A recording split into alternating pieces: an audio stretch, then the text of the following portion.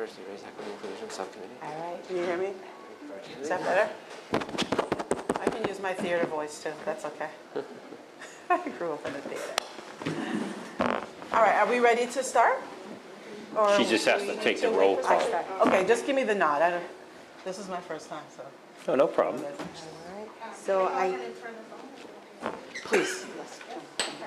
All right, I hope Mr. Mike, his eyes don't, you know, private or. Mike, can you watch your eyes? Said watch your eyes because she's turning the Oh, I'll go over here. thing on. Okay. I'm gonna blind you. Oh, yeah, Thank you. that might not be. all right, I hereby call this meeting Diversity, Race, Equity, Inclusion Subcommittee, Tuesday, September 28, 2021, starting at 5:40 p.m. In the agenda, we have Mission and Vision of the EDI Office by Ms. Renee Haywood, who's our Executive Director of Equity, Diversity, and Inclusion, and then we have other business as well. Renee, the floor is yours. Well, thank you so much for having me. I hope you can hear me. I just want to share with you the vision and mission of my office, as well as some guiding principles and focus areas. The slides have a lot of text on them. However, this is really what I would want to make public, so I didn't want to leave any words out, just in case there were questions. So please indulge me. All right, you can go to the next slide. So the Brockton Public Schools Office of Equity, Diversity, and Inclusion is committed to leading efforts to build a more representative, equitable, and inclusive school district to foster positive youth outcomes. So the vision of the office is to be a leader among peers as a learning and workplace environment that is representative of our nation and global society, accepts and values everyone, appreciates our common humanity, and understands that our diversity and layered identities are what makes us unique as a school district. And the mission of the office is to move forward with urgency and purpose to create and sustain a more equitable, diverse, and inclusive school district that is reflected in our policies, practices, and workspaces. So we have 3 guiding principles. Here's the first one, equity.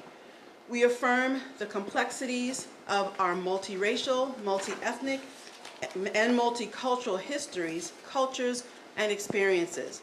We recognize that there are inequities and inequalities and privileges generated by historical and persistent intersecting differences by race, ethnicity, gender identities, gender expressions, sexual orientation, socioeconomic status, abilities, religion, citizenship status, and nationality. We are committed to and hold ourselves accountable for policies, processes, and programs that appreciate these and other differences and create a more fair, safe, and just learning, working, and academic environment for the students, staff, and educators of Brockton Public Schools. The second guiding principle is diversity. We celebrate the diversity of our city and student body.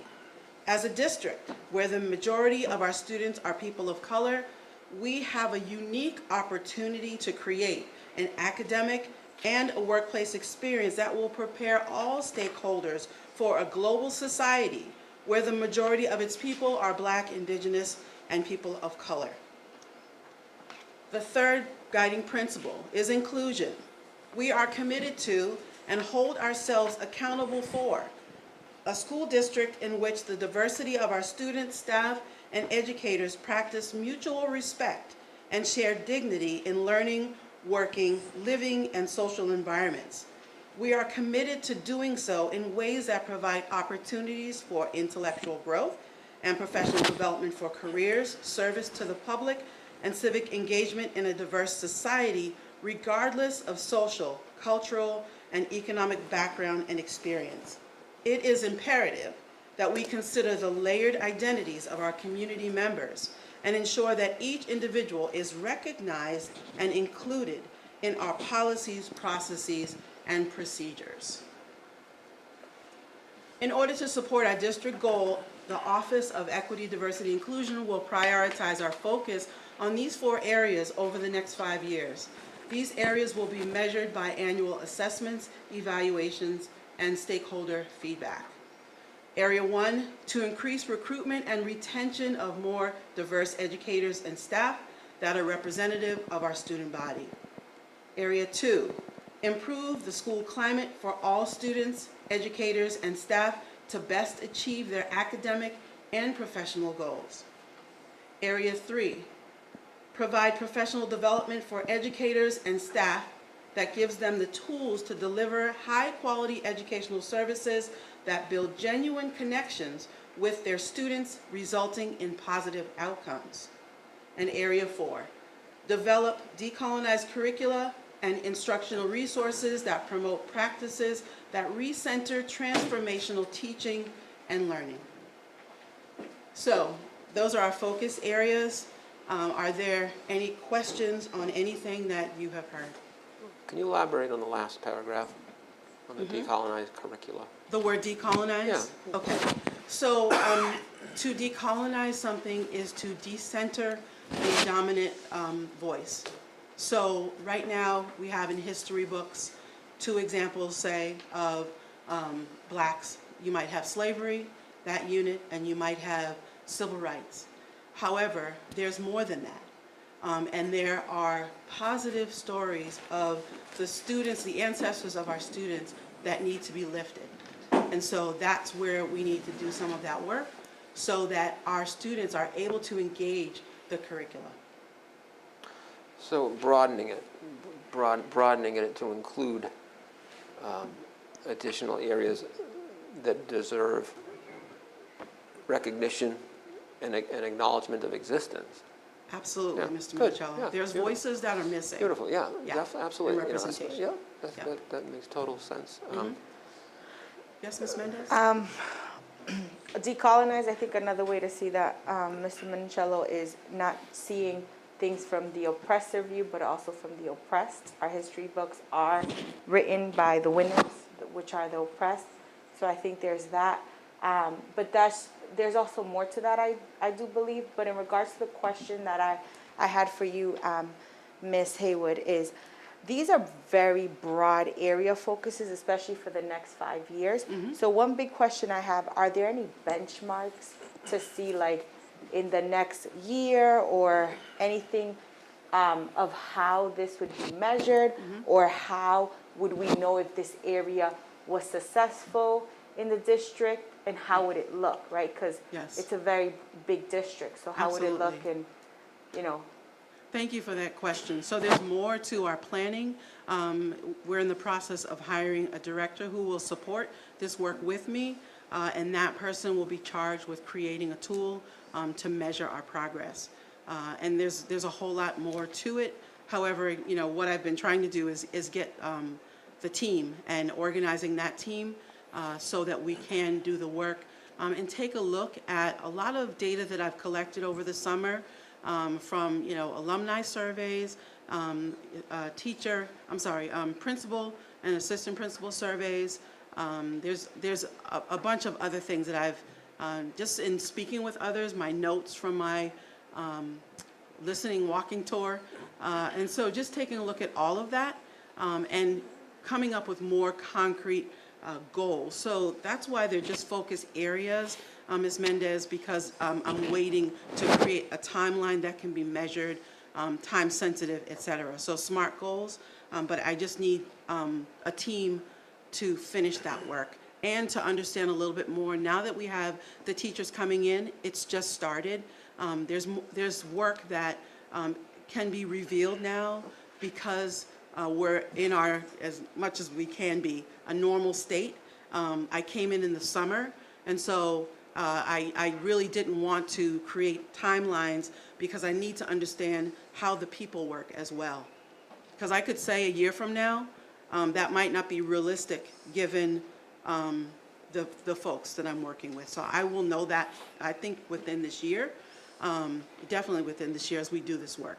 So, Okay. yeah, the goals are next. So thank you for that. yeah, no problem. And another question is, you say provide professional development for educators and staff that gives them the tools to deliver high-quality educational service. I wonder how frequently would that professional development be?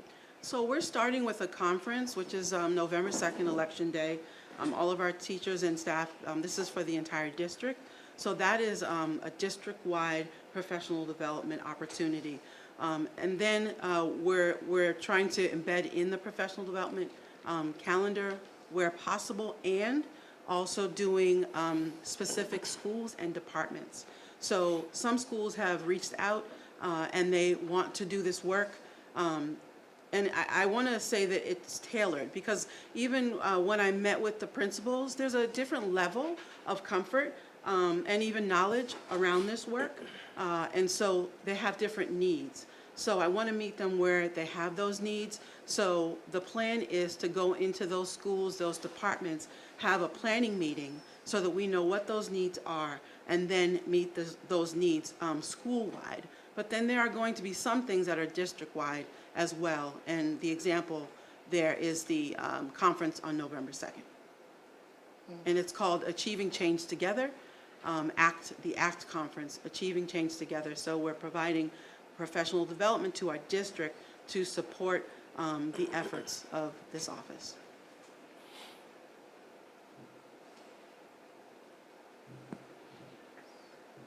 Yes, Mr. Rodriguez? With the focus series, I know there's 4. Is there any specific, out of the 4 that's a priority goal to tackle first? Or is it just broad?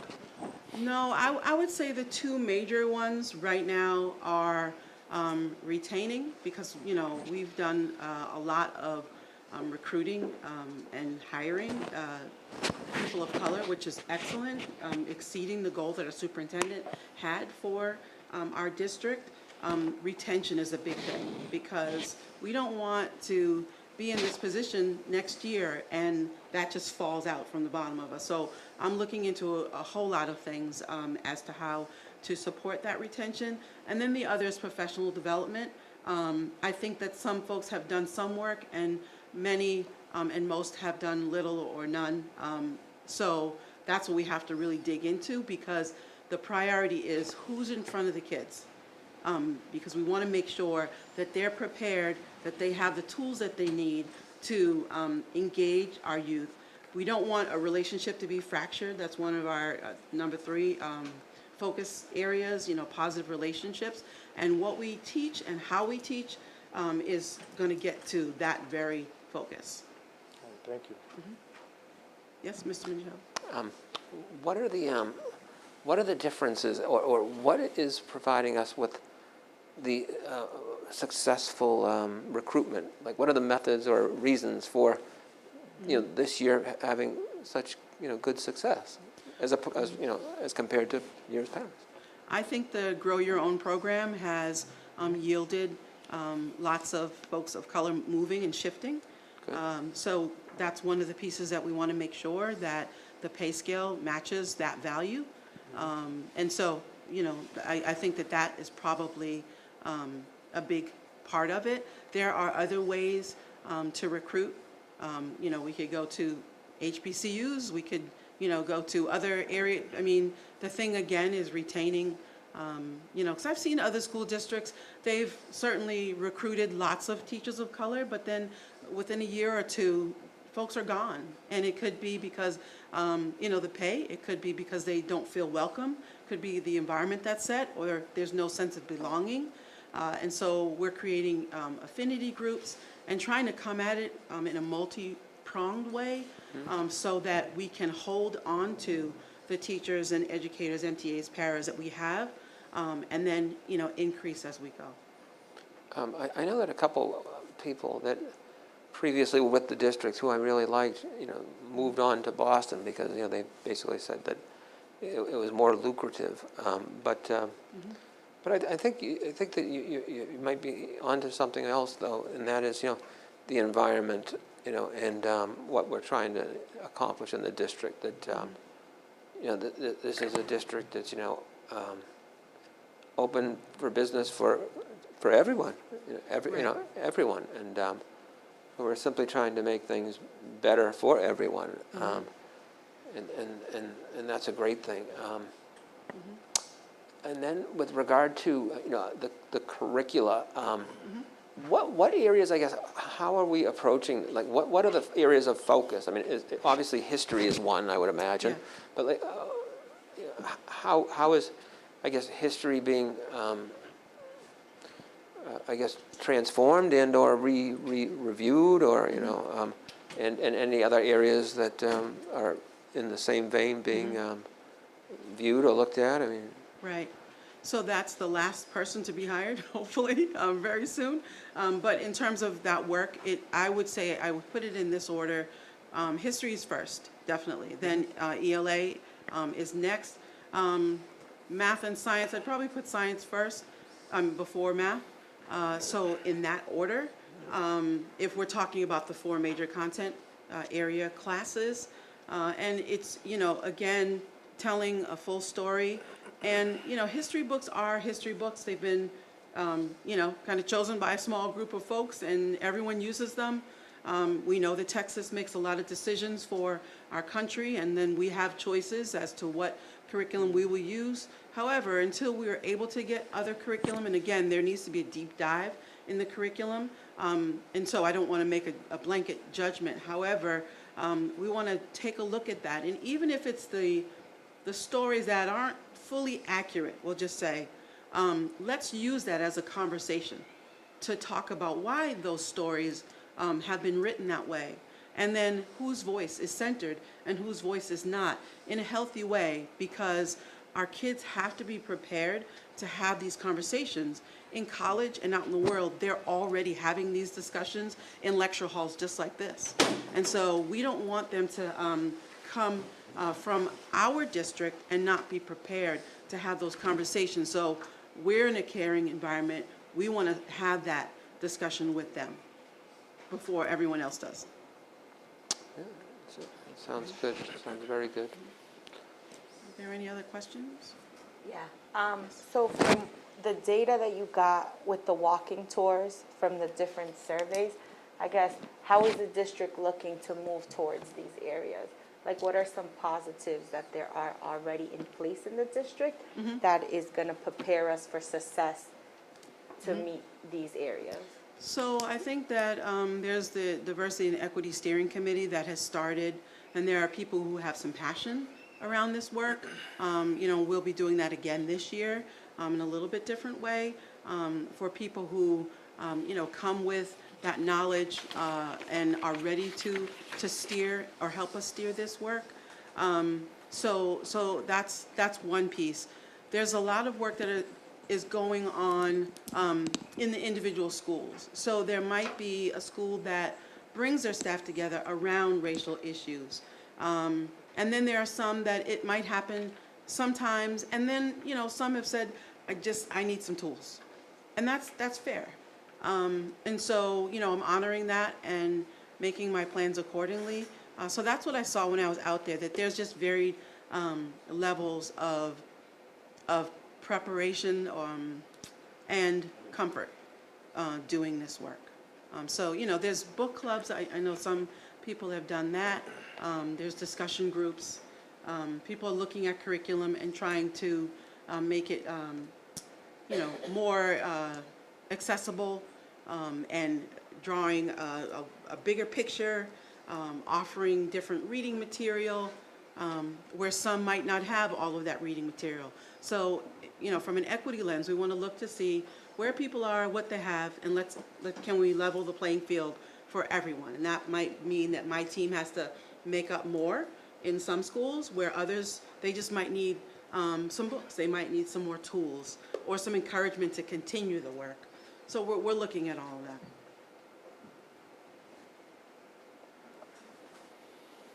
So I guess my last question would be, if like things like the Diversity Steering Committee is so successful, from my understanding, it's about 20 teachers that are part of that, and this is volunteer work.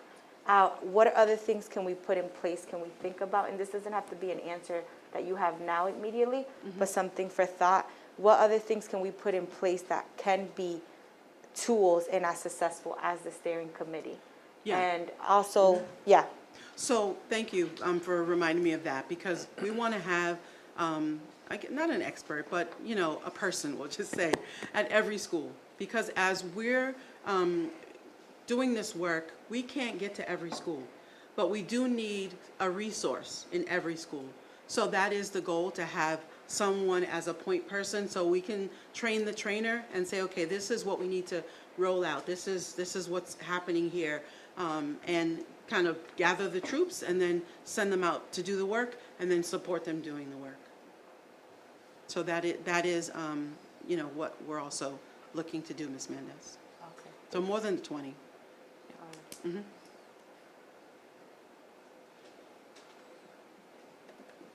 Any other questions?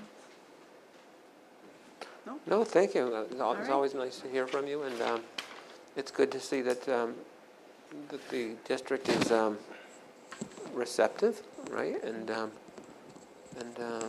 you know, it's just, I think that I would say that the implementation and the addition of your position, and you in particular, as well as now, you know, some more support for the office, is you know, another step in the right direction, you know, and just going to make things better in the Brockton Public Schools. That's all.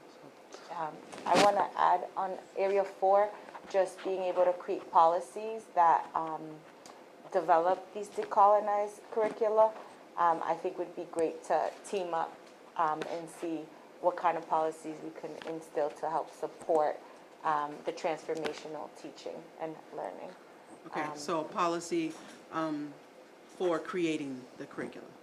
A policy for best supporting this area Okay, 4 supporting. specifically. I honestly, decolonized, that is one word, there's other words that Yeah. are used, but yes, to move towards this transformational teaching and learning where students see themselves in the curriculum and are able to better understand where they come from, where they want to go. And, you know, studies show that students, when they best relate to the curriculum, they better learn it. So this is a conversation that we have had on policy, so I think creating a policy and having that conversation will best support that Area 4 Right. as one of our goals as a subcommittee. Okay, thank you. Thank you. So, I get it. thank you for listening. Yeah, Okay. good. Thank you. Any other business? Any other business? Oh, no? All right, so we call the meeting. Can we just, I guess, have a little further discussion amongst the committee on the last statement that you made?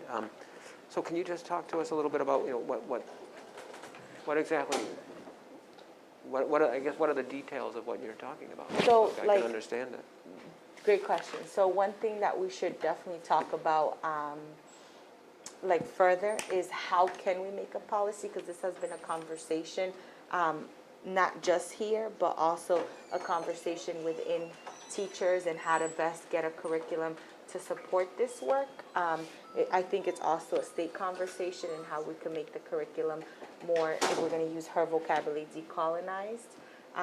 So policy in supporting it in the sense of how can we create a policy that will be placed in support where it's now not just something we're saying, but something we're pushing for educators to do.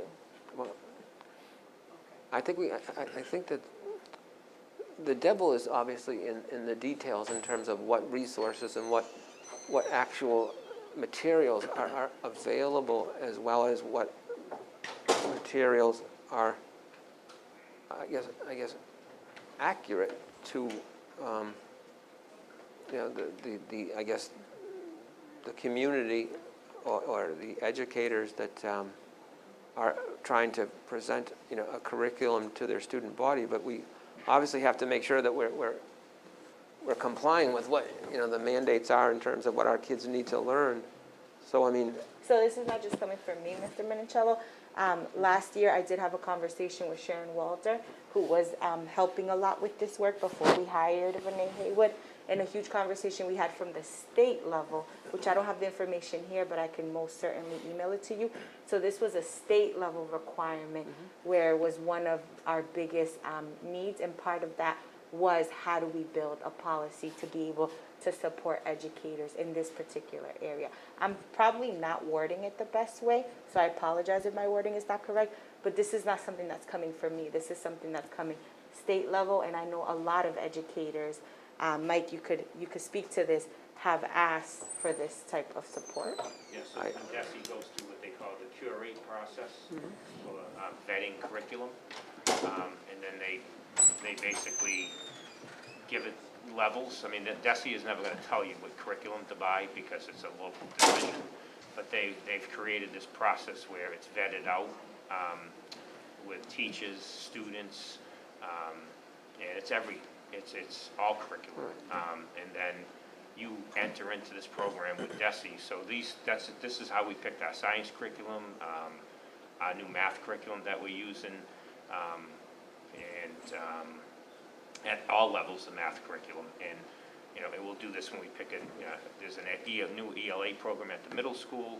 So this process through DESE, through Curate, they vet all these things for you to let you know that they've looked at the materials for bias, the reading materials to make sure they include everyone, and authors from all backgrounds. So these are the kind of things DESE looks at. So now when you go through to pick new curriculum, and June has done this for all the curriculum that we just brought into in her team, all the new curriculum we just bought, using a lot of the ESSA 2 money, went through that process.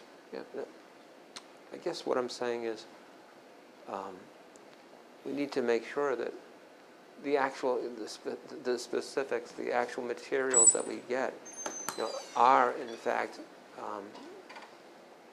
high quality, obviously, and tell the accurate story based on the perspective and judgment of our educators, because like my colleague stated, the winners usually are the ones that write the story. They're usually the ones that write the history.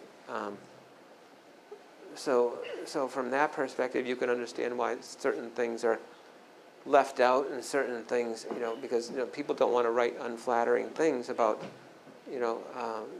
themselves, so to speak. Of course. But so we need to show the whole picture.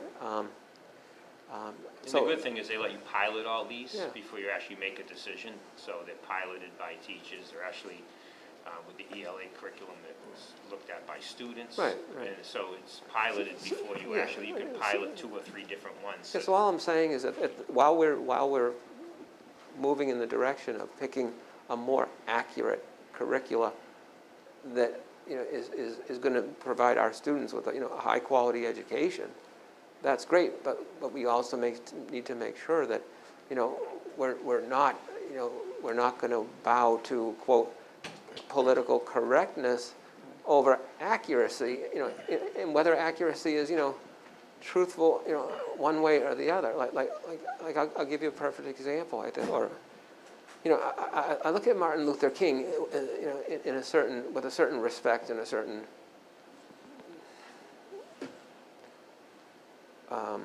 credibility.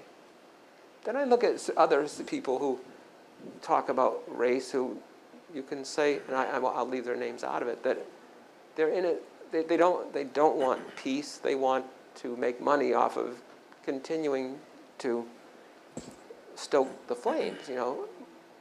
So I mean and that's on both sides of the fence. There are good people of every ethnicity. But I think here in Brockton, the one thing that we all enjoy, I think, is that everyone is open to the conversation about improving, which is wonderful. So all I'm saying is we're in this together. So let's make sure that we choose the correct materials for our kids, so that we're giving them the whole picture.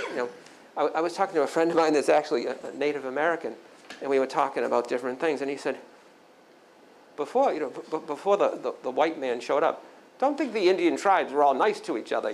The Cherokees didn't like this one, and he was narrowing off all these things. And the Apache, no one liked the Apache. They were all they wanted to conquer the world, conquer everybody. So it's like, you know, amongst people, you know, it's like, so I'm like, well, I never really thought of it that way, you know. You look at history like, okay, you know, when you know, history transformed, you don't really know that story, the pre-story of what went on before, you know, people came, you know, before the colonization, obviously, of the country. But I guess that's what we need to make sure, that we're picking out the right materials so that the information is accurate and beneficial for our students, because that's what the whole thing is about, making sure these kids are prepared to move on and be successful post you know, high school, and we're all in favor of that. Just I guess what I'm saying is the devil is in the details, so we need to make sure that the policies we put in place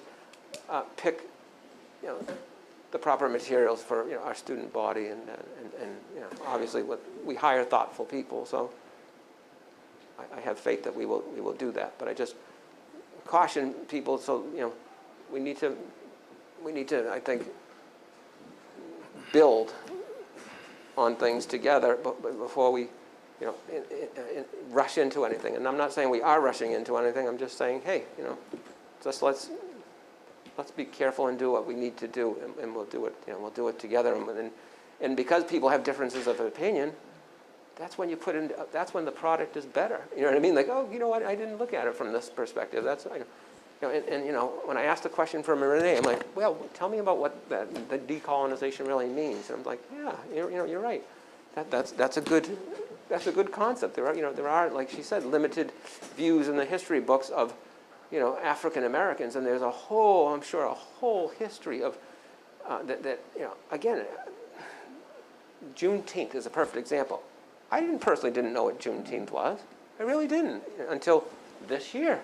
And guess what? I learned something, which is good. So that's a perfect example of broadening things to include, and you know, I'll be the first to admit that, you know, I didn't. That's why we're here, because right, exactly. the winners wrote the book. Exactly. So Right. They told the story. Perfect. So, you Yeah, know, there's a wide range of topics that we can go on and discuss. You know, it's not just about Rosa Parks or Martin Luther King. Okay, there's Black Wall Street. We can go on and on about our inventors who really built the United States. You know, were we already here? You know, I don't think millions of black people put on these boats that came over. You know, so that's why perfect. It's her office. She's gonna look into it. She's gonna present it to us, and then we move forward with it. Exactly. But I think that's a great example of you being vulnerable and asking those type of questions. Yeah, I mean, I want to learn. Saying what is I'm willing to learn. decolonization, especially because it's one of the areas. Yeah. And it's a much better, and my point earlier was, DESE has put a much better process in place for curriculum selection and vetting it, to make sure to cover what you're talking about, is that they allow you to pilot it, because when you're spending hundreds of thousands of dollars on curriculum, especially now where a lot of it's software, so it's cost more than textbooks used to cost, and it's able to obviously update rather than the textbooks we had. You know, some of them were 40 years old and not updated, but now with the curriculum, it's always updating, so that helps as well. So the process that DESE has put into place has really helped the vetting process to make sure all the things you discuss are covered when you're selecting curriculum. And the good thing about working, you know, together with the committee is that, you know, if you ask a question or you say something, because, you know, you're basically honestly trying to learn about it, it's like, you know, we talk to each other. It's not like, you know, it's like, you know, Tony's absolutely right. You know, there are businessmen, women in this country that we don't know and should know, which is great, you know. So no, I'm looking forward to it. I just think that we need to get really good stuff, so that you know, it is the accurate picture, and it does broaden the perspective. But you know, so I'm excited to do it. It's just a matter of, there's so much new stuff to learn, and make sure we pick the right stuff. That's all. That's why you can't rush into buying until you vet it out. You don't want to make a mistake, you know, you No. want to get the best and the most accurate, I guess. There's no you know. return policy. Aldo, to much of his chagrin, there's no return policy on curriculum, unfortunately, once you select it. It's not dragging, You have to be careful. I'm not trying to say drag your feet Oh, and no, I slow hear, it. but it's It's a gotta matter be of, let's make sure we do it right and deliberate we get the process. good stuff, you know, the best stuff, that's all. Absolutely. So, that's my spiel.